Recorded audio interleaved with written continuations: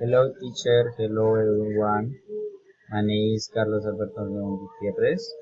I am 26 years old. I am an electrician.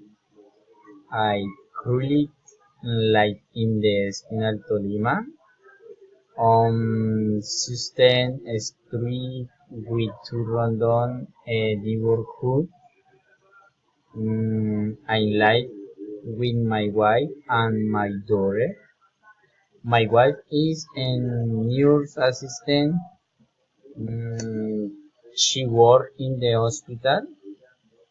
Mm, my father is Luis Fernando Ortegon. I work in Bears Jazz. My mother is Lucecela Gutierrez. She does not work.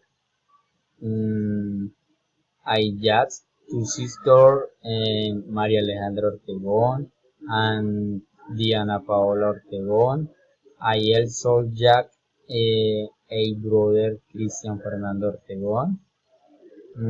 In my daily routines is I get at 5:30. I take a short really the work tool breakfast and my motor supply. And lunchtime after lunch and I return my work and why I go back to the house. I night he check homework.